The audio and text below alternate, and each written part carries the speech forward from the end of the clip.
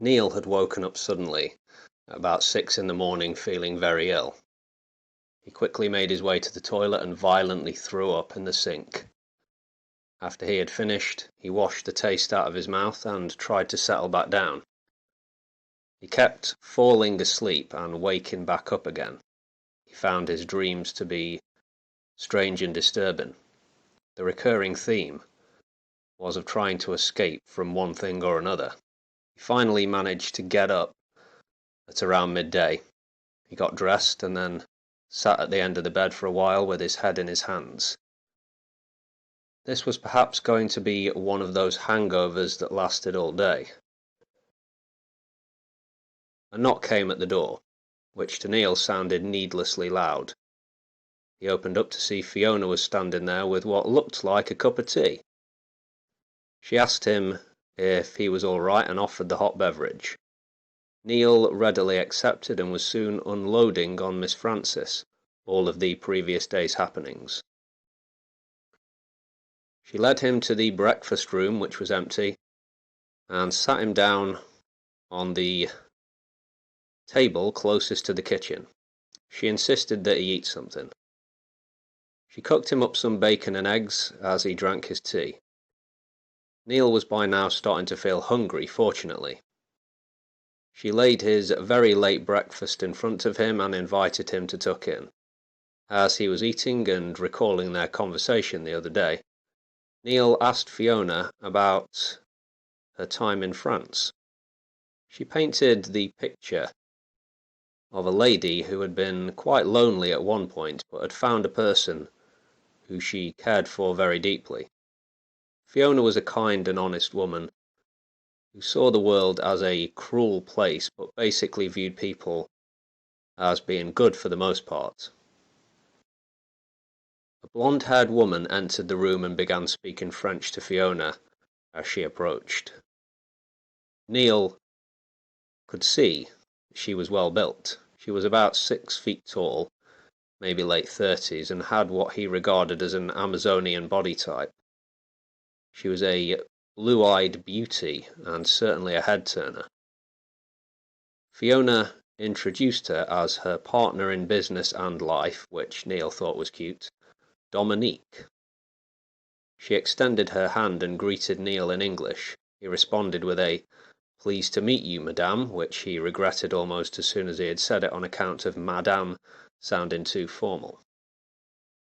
Dominique told Neil that Fiona had spoken of him, and that she hoped he was settling in okay.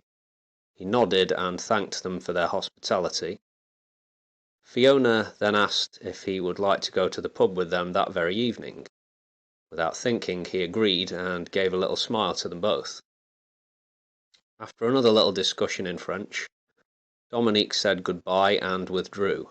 Fiona, seeing Neil had finished his food and drink, took his plate and cup away. She came back quickly and suggested to Neil that he meet her and her girlfriend at the check-in counter area about 7 o'clock. Neil returned to his room feeling somewhat more human but still delicate. He had a mind to go out and see an old friend, but he was starting to have doubts. These doubts were countered by his desire to answer questions which he had been wrestling with for a long while. It was just after 2:30 in the afternoon when he knocked on the door of his one-time best pal. He waited for 30 seconds and knocked again, this time louder. A grey-haired woman opened the door and eyed him up with a look of concern. "Hello, Mrs. Bates. I don't suppose you remember me?" Neil let the words sink in. She looked mildly puzzled. Then came the reply. "Of course I remember you, you silly sod. Where have you been all these years, Neil?" He gave a brief account of his travels in England before she warmly told him to get his arse inside. She informed him that Nathan had gone out earlier, but could be back any time. The old lady put the kettle on as Neil sat down in the living room. The room looked and felt like a shrine to the past. The furniture and the ornaments were from a time gone by, and she had old school photos of her kids dotted around the place. He couldn't see any pictures of grown-ups. The room may have changed very little since the last time he was here.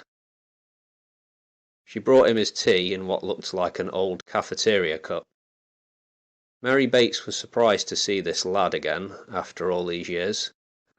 Maybe this visit would be good for her Nathan, she thought. Perhaps he could turn a corner, she hoped.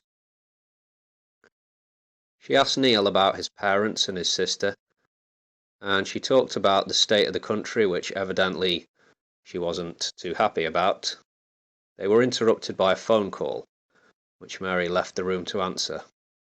Neil was again alone, and once more found himself checking out the photos. He focused on one of Nathan in which he looked about 10.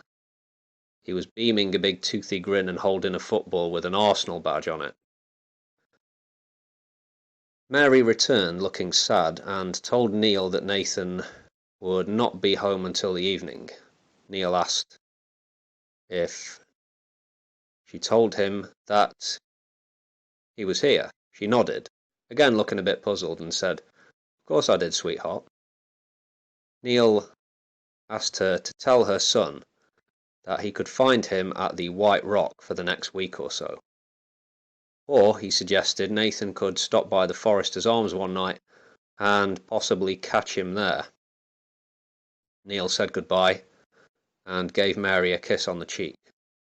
"Hope to see you again soon. Don't be a stranger.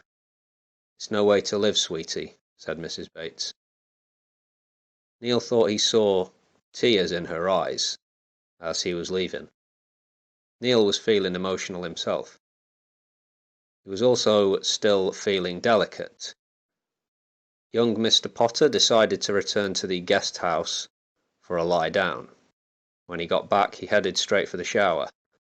After his quick wash, he got under the clean sheets naked and lay on his back with his eyes closed, doing some controlled breathing.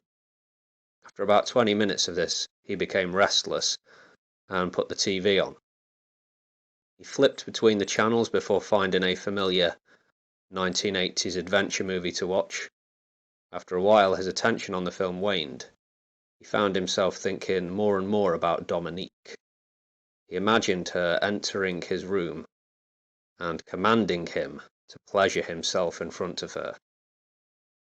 He was already fully erect as he started to masturbate.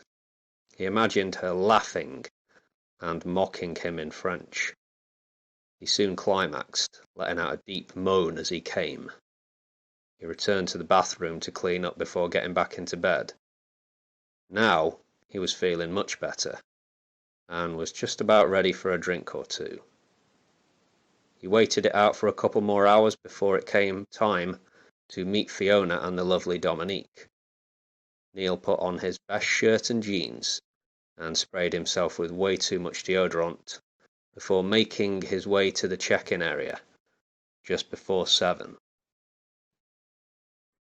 They met at the arranged place, and Fiona said that they should walk to the pub instead of getting a taxi, as it was a pleasant evening. As they walked, Fiona and Neil side by side, and Dominique a few steps ahead, the topic of the island's farms came up. Apparently the previous family had sold up and moved away several years ago. It was now owned by a wealthy London-born businessman who hired a few locals to run the place. Neither he nor his Eastern European wife were seen very often in the villages. Fiona had met them both on a handful of occasions and found them to be rude and unfriendly. Neil was finding it difficult to focus his thoughts as he tried to listen to what Fiona was telling him. He kept stealing glances at Dominique, who strutted at a measured pace in her knee-high brown leather boots. Fiona could see Neil was attracted to her girlfriend. She didn't feel threatened by this. Dominique tended to have a strong effect on men, an effect she could easily exploit. As they went inside the Foresters Arms, Neil could see there were a few more faces in tonight. They made for the bar, where they were warmly greeted by Barbara. Neil ordered a pint of lager, and the ladies opted to share a bottle of white wine. They settled into a booth with Neil on one side facing the two women. Mr. Potter had noticed the middle-aged man from the other night sat at the bar, who had told him his story of woe. He resolved not to make eye contact, as he felt this would invite another story. Dominique asked Neil if he had ever visited Paris before in his travels. Neil informed her that he had never been outside the UK before. The French lady said that he should consider doing some exploring in Europe if he had the funds. She had done so in her 20s and had had the time of her life, living in hostels, living out of a bag. This intrigued Neil. He kept asking questions about the various cities and countries she had been in, and what the people were like there. She was happy to tell him a few tales as she drank her wine. She had a soft yet powerful voice, and when she spoke to someone she didn't break eye contact. He was becoming more and more aroused as he listened to her talk. Neil Potter, as I live and breathe. Fuck me. It's been a while, son. Neil stood up and greeted Nathan with a handshake and a pat on the shoulder. His old friend had changed, as was to be expected. He looked considerably older than his 30 years. He was missing one of his front teeth and sporting a short beard, but Neil still recognised him straight away. The eyes were the same, as was the shaved head. Nathan identified Neil as soon as he clocked him. Some people you just don't forget. Neil sat down and gestured for Nathan to join them. Nathan said, "Unfortunately, pal, I got a bit of business to attend to, so I'll have to be on my way. But listen, mate, if you want to pop round mine tomorrow, any time in the afternoon, you're more than welcome to do so." Neil agreed, of course. They shook hands again and grinned at each other. Nathan then departed swiftly. Neil took a sip of his pint and looked at Fiona, who shot a seemingly nervous smile in his direction. "Must feel a bit strange coming back here after all this time, Potts?" Fiona asked. Neil kind of shrugged his shoulders in a playful way before saying, "This place will always be my home, wherever I end up." "Would you consider coming back here to live?" asked Dominique, which somewhat took Neil aback. "I don't know, really. I don't know if it's in the cards." Neil thought on his own words as the night wore on. As they walked back to the White Rock, the passage of time seemed to speed up. Neil smoked a cigarette as Fiona and her girlfriend chatted away in French. His thoughts were dominated by Dominique. He walked just behind her, where he could smell her feminine scent. As they arrived back at the guest house and said their good nights, Neil was delighted as the striking blonde moved in and delivered a kiss on both his cheeks. He returned to his room with his head spinning. He tried to focus on tomorrow's meeting with Nathan as he prepared for bed. Right before he turned out the lights, he looked at his phone and saw that he had received a flurry of texts from his girlfriend. He deleted them without thinking. Neil was up fairly early the next day and enjoyed a full English breakfast. He spoke a little with Fiona about his plans for the day. Although she didn't say anything that could be construed as negative, he could sense that she was concerned. The truth was that she was a bit scared of Nathan. She wasn't the only one. Neil was disappointed not to see Dominique around, but he looked forward to seeing her later. He returned to his room and had to sit down for a while to let the food settle. He began to think about his girlfriend. He certainly did not love this girl, her name was Vicky, but he felt badly for treating her the way he did. He tried to dominate every argument they would have, and would use bullying tactics sometimes to try and shut things down. Neil could be a dick, but he wasn't lacking totally in compassion or a higher sense of self-awareness. He thought perhaps he should break it off with Vicky to save her from more trouble. Slowly, though, his thoughts shifted to today's meeting with his old pal. It had been a long time since the pair had been almost inseparable friends back in the day. Neil told himself not to overthink this thing, just go with the flow was the phrase that would pop into his head oftentimes when faced with potentially stressful situations. He felt excited as he started walking over to Nathan's house just after midday. When he arrived, Nathan was standing outside the front door smoking. He welcomed Neil with a knowing smirk and offered him a bit of a joint he was enjoying. Neil accepted, and the two went inside. Mary once again welcomed Neil and offered the pair some tea. Nathan told his mother that they were going upstairs to have a chinwag and catch up on old times. As Neil entered Nathan's room, the same room he had as a kid, he was confronted by a messy scene. Boxes, plastic wrapping, a fair few old car radios, and various broken or old pieces of electronic equipment meant that moving was limited. There were two car seats facing the window, roughly in the middle of the room. Nathan gestured to his former friend to sit. Before Neil could park his bum, Nathan said, "Check this little set out up, mate." He opened his cupboard to reveal a lighting system of some variety and several cannabis plants of roughly equal size. They were already budding, and the smell, some would call it a stench, was a potent one. Neil was already stoned from the few drags he'd taken of the joint, and was now glad to sit down and take it in. Nathan pulled out a dirty-looking purple bong and loaded it up with some greasy-looking hash, which had emerged from his shirt pocket. He loaded up the chamber before lighting the fuse and drawing the smoke deep down into his lungs. He held it down for a good 10 seconds before reloading and offering the device to his guest. After Neil had taken a hit, he reclined in his chair and let it sink in. He turned to Nathan, who was looking out the window with one of those 1,000-yard stares. "I don't blame you for leaving this rock," Nathan started. "You had to get out, right? See the big wide world? How's that been working out for you?" "Not so great, mate," Neil replied. He continued, "I've been chasing cheese, chasing pussy, chasing my own tail around England for more than 10 years. It's a tiring game, man." Neil was by this time really high. Nathan was keen to tell Neil about his troubles also.